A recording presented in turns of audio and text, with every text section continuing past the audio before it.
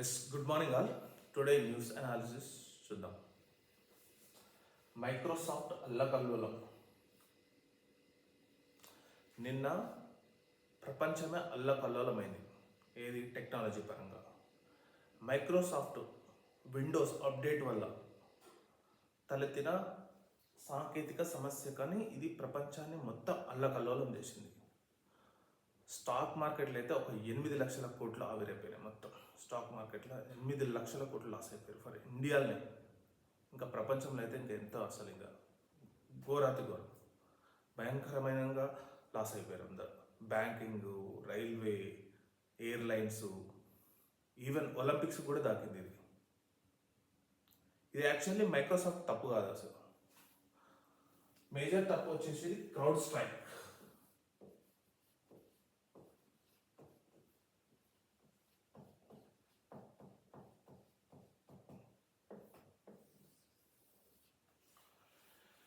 Crowd strike అనేది Microsoft cyber security చూస్తుంది అనమాట. సో మైక్రోసాఫ్ట్ సైబర్ సెక్యూరిటీ చూసే క్రౌడ్ స్ట్రైక్ అనే సాంకేతిక లోపం, వీళ్ళ సాంకేతిక లోపం వల్ల, వీళ్ళ అప్డేట్ చేయడంలో తలెత్తిన సాంకేతిక సమస్య వల్ల ఈ ప్రాబ్లం వచ్చింది. దీనివల్ల మొత్తం అసలు లండన్ స్టాక్ ఎక్స్చేంజ్ మొత్తం భయంకరంగా, లండన్ రైల్వే నెట్వర్క్ మొత్తం ఘోరంగా పడిపోయింది. ఎయిర్ ఫ్రాన్స్ మొత్తం అసలు ప్రపంచంలో 1000 ఫ్లైట్స్ క్యాన్సిల్ అయిపోయినాయి. 1000 ఫ్లైట్స్. ఇండియాలో కూడా ఆల్మోస్ట్ అన్ని companies software is related to Microsoft only. Even my company also. నేను కూడా కొంచెం ఇబ్బంది పడ్డా. మా కంపెనీ సాఫ్ట్వేర్ కొంచెం పనిచేయలేదు. ఆల్రెడీ మాకు మెయిల్ కూడా పెట్టారు. So please give me apology అని. సో ప్రతి ఒక్కరు బ్యాంకింగ్ రంగం కానీ అసలు మరీ ఘోరం. అసలు చెప్పాలంటే ప్రపంచమే టెక్నాలజీ పరంగా అల్లకల్లోలమైంది. ఇది ప్రపంచ హిస్టరీలో ఇంత టెక్నాలజీ పరంగా ఇంత అవుటేజ్ రావడం ఇదే ఫస్ట్ టైం అంట. టెక్నాలజీ పరంగా ఇంత అవుటేజ్ రావడం ఇది ఫస్ట్ టైం. సో అందరు రెస్పాండ్ అయిపోయారు. సత్యనారాయణలు కానీ అందరూ కానీ మైక్రోసాఫ్ట్ CEO కానీ అందరు రెస్పాండ్ అయిపోయి దానికి వివరణ కూడా ఇచ్చారు. మేబీ ఇది సాల్వ్ కూడా అయిపోయింది అనుకుంటారు కొంచెం. కానీ ఇండియాలో కొంచెం తక్కువనే. కానీ ఇండియాలో అయితే స్పైస్ జెట్ దాదాపు చాలా ఎయిర్పోర్ట్లలో చాలా ఇది విస్తారా ఒకటి, ఎయిర్పోర్ట్స్ ఒకటి చాలా ఇది అయిపోయింది. సో ఇది మైక్రోసాఫ్ట్ వచ్చింది. నెక్స్ట్ గ్రూప్ 2 రాత పరీక్ష వాయిదా అంట. అసలు ఈసారి అసలు 4th టైం అసలు వాయిదా వేస్తారు. ఎందుకు వేస్తారే వాళ్ళు నోటిఫికేషన్ వచ్చినాక ఇది 4వసారి అంటండి. ఫైనల్గా డిసెంబర్లో నిర్వహిస్తామని TGPSC చెప్పిందంట. TGPSC. నెక్స్ట్ ప్లే స్కూల్ తరహాలో అంగన్వాడీలు. యాక్చువల్లీ ఏంటంటే అంగన్వాడీల కంటే గవర్నమెంట్ టీచర్ ఎలొకేషన్ చేస్తారంట. యాక్చువల్లీ నా ఉద్దేశం ఏంటంటే అంగన్వాడీలో పిల్లలు ఎక్కువ మంది ఉంటే చేయండి, కానీ ఓన్లీ ఒక 5-4 పిల్లలు అనుకో, వాళ్ళకు ఒక గవర్నమెంట్ టీచర్ ఇవ్వడం అనేది అంత సబబు కాదేమో. ఎందుకంటే ఆ గవర్నమెంట్ టీచర్ ఇవ్వడం వల్ల వాళ్ళు పెద్దగా చెప్పేది ఏం లేదు. వాళ్ళు టైంపాస్గా హాయిగా ఎట్లా పోయి కూర్చుంటారు. వాళ్ళకి పని ఉండదు, పాట ఉండదు. వేస్ట్గా 5-6 పిల్లలకు. అదే స్ట్రెంత్ ఎక్కువ ఉంది అనుకో, ఒక 50 మంది కానీ 30 to 40, 50 మెంబర్స్ ఉన్నారు అనుకో, అప్పుడు వేయొచ్చు. కానీ ఓన్లీ స్ట్రెంత్ లేకుండా ఓన్లీ ఒక 2-3 పిల్లలకు ఒక గవర్నమెంట్ టీచర్ ఇవ్వడం అనేది అంత కరెక్ట్ కాదు. ఒకటి చూసుకోవాలి. ఇంకోటి గవర్నర్ల రాజ్యాంగ రక్షణలపై సమీక్ష. ఆర్టికల్ 361 ఏం చెప్తుందంటే గవర్నర్లకు కానీ రాష్ట్రపతికి కానీ కంప్లీట్గా ప్రొటెక్షన్ ఇచ్చింది. అంటే వాళ్ళ మీద క్రిమినల్ ప్రొసీజర్ అసలు ఆయన చేయకూడదంట. ఎందుకు? ఆ టర్మ్లో ఉన్నంత వరకు. అంటే ఎవరైతే గవర్నర్ కానీ రాష్ట్రపతి కానీ పదవిలో ఉన్నప్పుడు వాళ్ళ మీద క్రిమినల్ ప్రొసీజర్ అనేది స్టార్టే కాదు. ఇది ఒక పెద్ద నేరం కింద సుప్రీంకోర్టు ఏంటంటే దీన్ని రివ్యూ చేయబోతుంది. ఎందుకంటే ఇప్పుడు ప్రజెంట్గా పశ్చిమ బెంగాల్లో గవర్నర్పై ఒక ఆరోపణ వచ్చింది.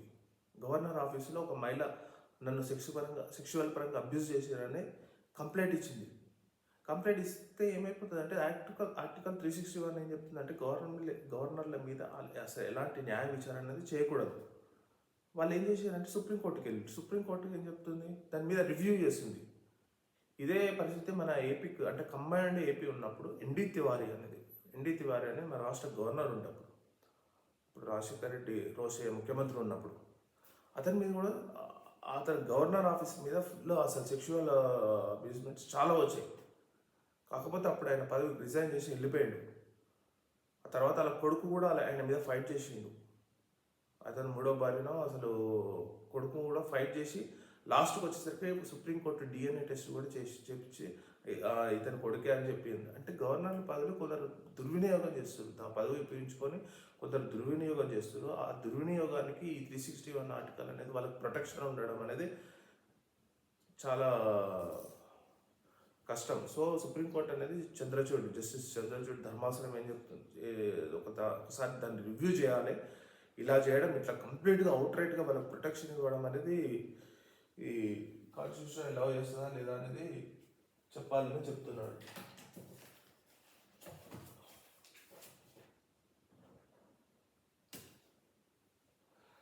ఇంకోటి ఇంటర్నేషనల్ న్యూస్ వచ్చేసరికి మామూలుగా ఇజ్రాయెల్ ఇంటర్నేషనల్ కోర్టు ఇజ్రాయెల్ని పాలస్తీనా మీద దాడులు ఆపమని చెప్పిందనమాట ఇంటర్నేషనల్ కోర్టు.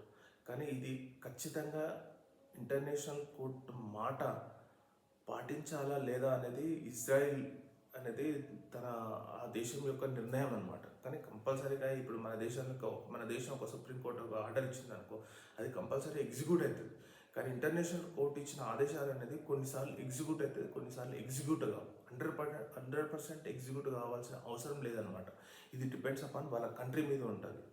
ఈ బెంజమిన్ నెతన్యాహు ఇది ఇజ్రాయెల్ ప్రెసిడెంట్ అసలు ఎవ్వరు మాట అయినట్లేదు. అసలు అమెరికా చాలాసార్లు చెప్పింది ఇంత ఘోరంగా ఇంత వాళ్ళ మీద అసలు భయానకంగా యుద్ధం చేస్తే ఇంత అవసరం లేదన్నా అసలు వాళ్ళ మాటనే అయినట్లేదు. ఈసారి పాలస్తీనా మొత్తం కథం పెట్టేయాలి, దాన్ని మొత్తం మన కంట్రోల్కి తీసుకోవాలన్న బాగా దృఢ నిశ్చయంతో ఎవ్వరు ఏ దేశాలు వద్దన్నా అసలు వినిపించుకోవట్లేదు. అసలు ప్రజెంట్ అసలు వాళ్ళకి ఇజ్రాయెల్కి అనేది అసలు ఎవరు చెప్పినా వినట్లేదు. మేము ఇష్టమైనట్టు చేస్తామని చెప్పి ఆ గాజాను ఆ పిల్లలు భయంకర యుద్ధం అనుకోవాలి.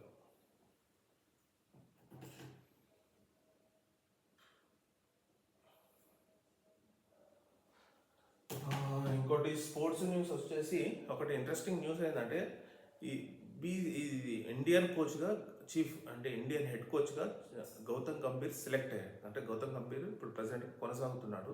అయితే గౌతమ్ గంభీర్ కొనసాగుతున్న టైంలోనే ఈ విరాట్ కోహ్లీకి గౌతమ్ గంభీర్కి గత కొంతకాలంగా కొంచెం చిన్న విభేదాల లేకపోతే ఆ ఫ్యాన్స్ కానీ ఇప్పుడు గౌతమ్ గంభీర్ కనిపిస్తే విరాట్ అని ఫ్యాన్స్ కానీ కొంత ఇది ఇబ్బంది నడుస్తుంది. కానీ వీళ్ళిద్దరి దగ్గర నుంచి బీసీసీఐ గట్టి హామీ తీసుకుందనమాట. మీరు పర్సనల్గా వెళ్ళొద్దు, మీరు ఇంకా కంటిన్యూగా ఒక స్పోర్ట్స్లో మంచిగా దేశానికి ఉపయోగపడాలి, కానీ మీరు పర్సనల్గా తీసుకొని గొడవలో పెట్టొద్దు అని చెప్పి ఇద్దరు హామీ ఇచ్చినట్ట మేము ఖచ్చితంగా ఎలాంటి మనస్పర్ధలు లేకుండా కంటిన్యూగా కొనసాగుతామని. సో ఇది ఇండియన్ క్రికెట్కు చాలా మంచి సూచన. ఇంకోటి ఏంటంటే రీసెంట్గా Argentina Copa America football cup గెలిచింది. అమెరికన్ కాంటినెంటల్ కంట్రీస్లో ఇది చాలా పెద్ద కప్ అనమాట. ఈ పెద్ద కప్లో గెలిచినాక కొందరు అర్జెంటీనా ప్లేయర్స్ రేసిస్ట్ సాంగ్ ఎవరు బ్యాపే మీద చేశారు. బ్యాపే అంటే ఫ్రెంచ్ ఫుట్బాల్ ప్లేయర్, చాలా పెద్ద ప్లేయర్. అసలు 2019 వరల్డ్ కప్ అసలు 2019 వరల్డ్ కప్ ఫ్రెంచ్ గెలిచినప్పుడు అసలు బ్యాపేనే గోల్స్ వేసి ఫ్రెంచ్ని గెలిపించిండు. అతని మీద ఒక సాంగే డైరెక్ట్ పాడింది. ఎందుకంటే అతను బ్లాక్. ఫ్రెంచ్లో బ్లాక్ వైట్ అనేది కామన్. ఫ్రెంచ్ అనేది ఓపెన్ సొసైటీ, వాళ్ళకు బ్లాక్ అనేది వైట్ అనేది అట్లా అంతగా ఏం పట్టించుకోరు. ఏ కంట్రీ నుంచి వచ్చినా పట్టించుకోరు. ఫ్రెంచ్ అనేది అసలు ఆ కంట్రీలోకి ఎంట్రీ అయిపోతే వాళ్ళకు సర్వ హక్కులను ఇస్తుంది ఆ దేశం. కానీ వీళ్ళు అర్జెంటీనా ప్లేయర్స్ అంత భయంకరంగా రెసిస్ట్ సాంగ్ బ్యాపే మీద పాడారు. కానీ దీని మీద లియోనల్ మెస్సీ అంటే వరల్డ్ క్లాస్ ప్లేయర్, కానీ దీని మీద కొంచెం కూడా రియాక్ట్ కాలేదు. ప్రపంచ మీడియా అనేది స్పోర్ట్స్ మీడియా అనేది ఆశ్చర్యం వ్యక్తం చేస్తుంది. ఇలాంటి గట్టి సంఘటనలు జరిగినప్పుడు లియోనల్ మెస్సీ రియాక్ట్ కాకపోవడం అనేది చాలా బాధాకరం అని చెప్పి వ్యక్తం చేస్తుంది. థ్యాంక్ యూ వెరీ మచ్ అండి. ఇంకా న్యూస్ అనాలిసిస్ క్లోజ్ చేస్తున్నాం. Thank you.